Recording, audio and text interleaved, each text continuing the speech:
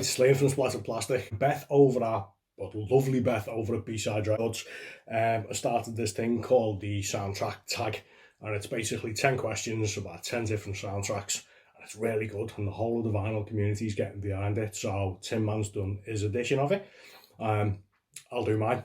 So without further ado, so first question is first soundtrack I owned. So the actual first soundtrack I ever owned was Nightbreed. It was on CD, and I got it when it first came out. Donkeys years ago, probably about like 91 or something like that. Long gone. Long gone. The cover's gone, the case is gone. Still got the CD somewhere, but we're not talking about CDs, we're talking about vinyl. So I used to work in HMV, and if anybody knows when you work in HMV, when you order something in and you hide it, then it goes down in price like a couple of months. So if I was like checking on the system, it was a Sunday afternoon, I was checking on the system, trying to find some like little obscure records and stuff like that, and I come across these two, ordered them in, hid them for a couple of months and got them for £1 each. £1. So first one is the Daggerhead, Dawn of the Dead. Flip that out, show you the cover. So it's the ice rink scene on the cover.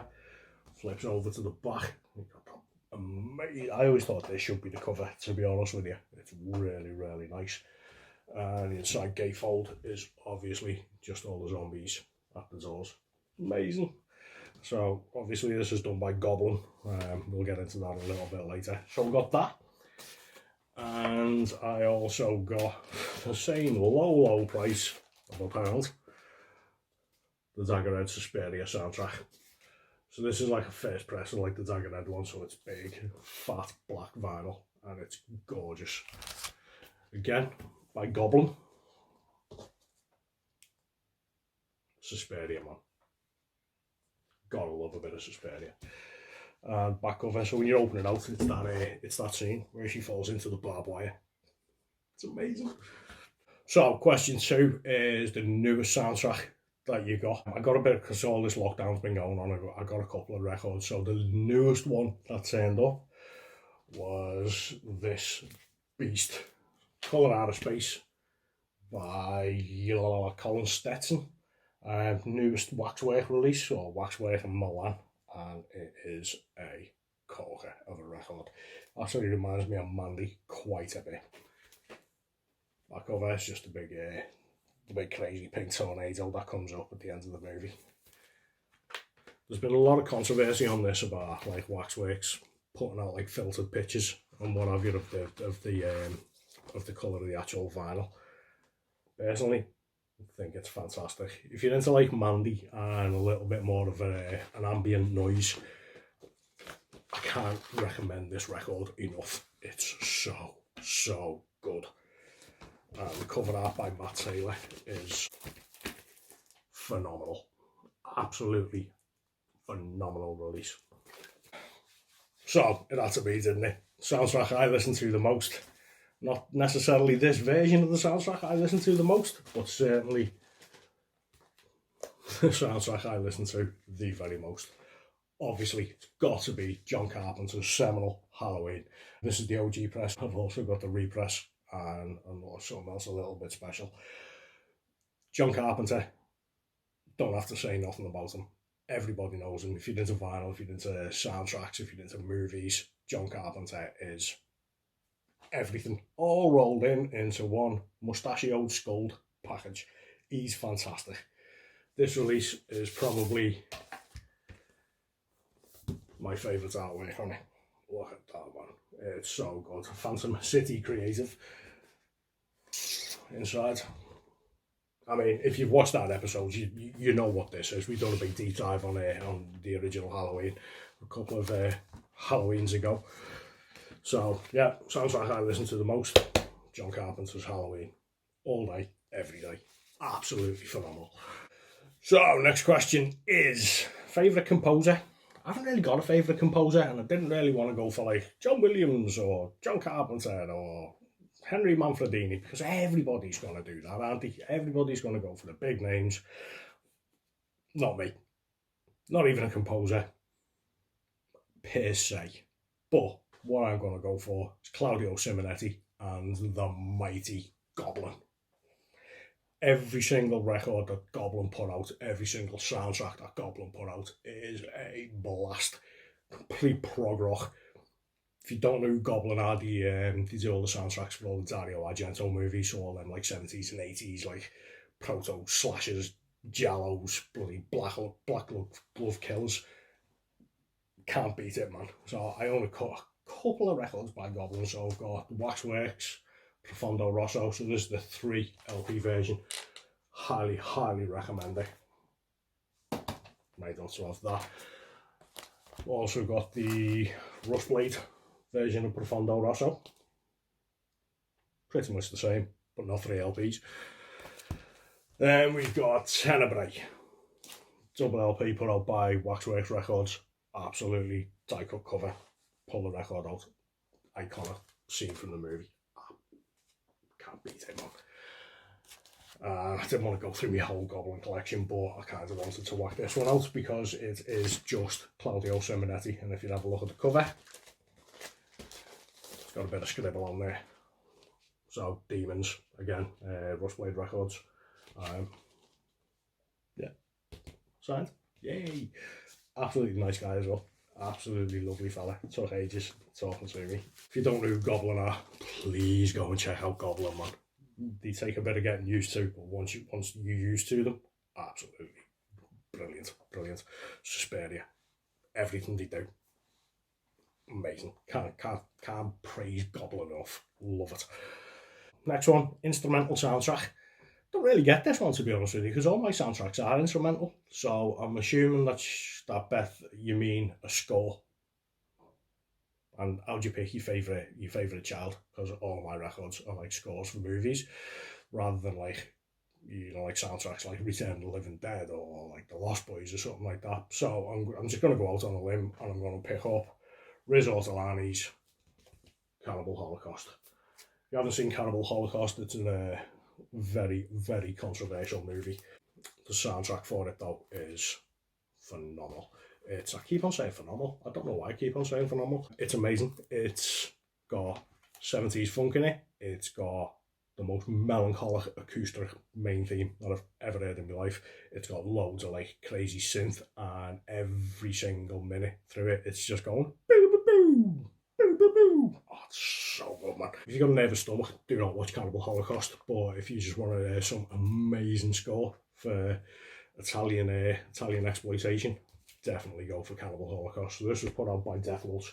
Artwork on it. Look at that. Absolutely fantastic artwork, man. Don't even know the artwork. Graham Humphreys, of course it's Graham Humphreys. Yeah, man. So, yeah. Cannibal Holocaust. Okay, so next one is awesome movie, horrible soundtrack. Gonna get some hate for this. My awesome movie with a horrible soundtrack has got to be this load of turd. Not the movie, just the soundtrack.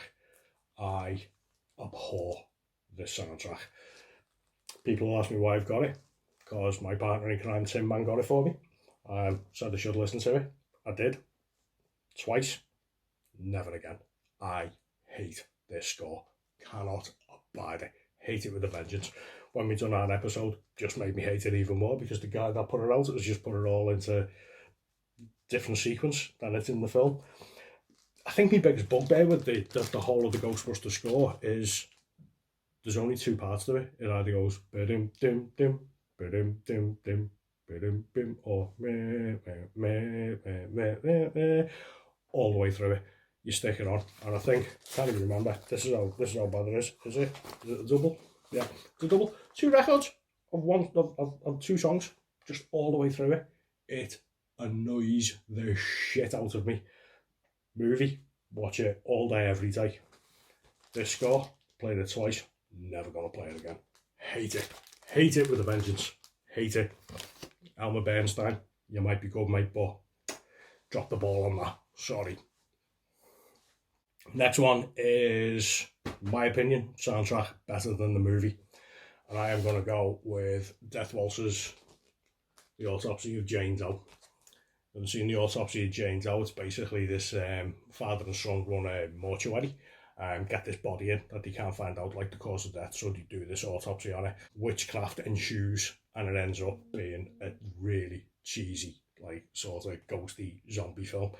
Up until that bit, unbelievable. Absolutely loved it. When all like the jump scares and stuff come in, not too good. But this score is haunting, man. It's exactly what you'd imagine the score to a film about an autopsy on, spoilers, an ancient witch. Sounds like. It's haunting, it's orchestral, it's vocal, it's so good. And my favourite part of this whole record is the packaging. So I'm going to try and open it all up for you, see if you can get it all in. So there she is, the lovely corpse of Jane Doe. And there's an autopsy. See, your record comes actually in there with the rib cage. Death Waltz, man, dropped a ball on this one. It's amazing. On this side, you've got the county medical examiner report. It's boss. Actual vinyl itself. And it comes housed in a handy little body bag. Unbelievable. If you haven't got this, pick it up. Don't watch the movie too much, but Autopsy of Jane Doe, absolutely amazing soundtrack. Next one, favourite band on an OST. I haven't got one, because most of my favourite bands aren't on OSTs. I'm into like black and death metal and stuff like that, so apart from like Lords of Chaos, which hasn't been released, and maybe Deathgasm, probably not. So I'm going to go with two of me not so much favourite bands, but ones I give a lot of love to. The first one's a bit weird, to be honest with you. So, Lost Boys soundtrack. My favourite band are not on the Lost Boys soundtrack, but there's a cover. So, Echo and the Bunnymen do People Are Strange. The Doors one. Gotta love the Doors. So, there's my first one. And my second one is off the Mandy soundtrack. And again, it's not the band that I like, but he's the guitarist, so Stephen O'Malley from the band called Sun. Heavy as a sack of donkey balls. Love me a bit of Sun. So Mandy and the Doors because of Sun. I don't know, it was difficult. I haven't got Return of the Living Dead, so I can't do the Cramps. So that's what I've chose. So next one is a soundtrack everybody should own. Everybody should own Day of the Dead. Oh my god, everybody gives a lot of love to Goblin for Dawn of the Dead. Day of the Dead, every single time. So, music by John Harrison, and it is the most amazing score ever. You drop the needle on it, and all you hear is that. And you're walking around the house, and all you're doing is going, hello! It's perfect. Oh, I love it. Absolutely brilliant. Waxwork, again. Done an amazing job on this release. So all the spot gloss on the cover, the zombie, amazing. Back cover, and my favourite. So we've got Beef Treats, we've got Sarah, we've got Captain Steel, we've got Bob. Hello, Aunt Alicia. Favourite zombie movie, man. I love me a bit of Day of the Dead. Everyone should own this, and everybody should own Day of the Dead as well. Let's have a look at the records. So I think this is on kind of like a smoky red vinyl. Yeah, look at that. Phenomenal. I'm going to say it because it is phenomenal. It's the last time I'm going to say phenomenal. So my last one is Grails. What do I want? Everyone's got Grails. I actually own my Grails. So my amazing wife has got me the two records that I most wanted for Christmases. So The Shining, OG, and Halloween, OG. Two of the best Grails you're ever going to get. Never going to beat that. Never, ever, ever. So, two records that I want is Poltergeist by Mondo, come out a couple of years ago. Glow in the Dark. Everyone says that Glow in the Dark vinyl is a bit, but mine's Halloween one is spot on. And finally, Mars Attacks, man. Why does nobody do Mars Attacks? I want Mars Attacks. I want to run around the house going, zap. Love it. Tim Burton's movies. Fantastic. Please, please, somebody do Mars Attacks. I mean, when we do a proper episode of Splattered Plastic, don't know how we're going to do that one if we ever do release it. But that's it. So that was my soundtrack tag, the Liam edition. Stay tuned. Stay sick. Stay safe. SP. Out.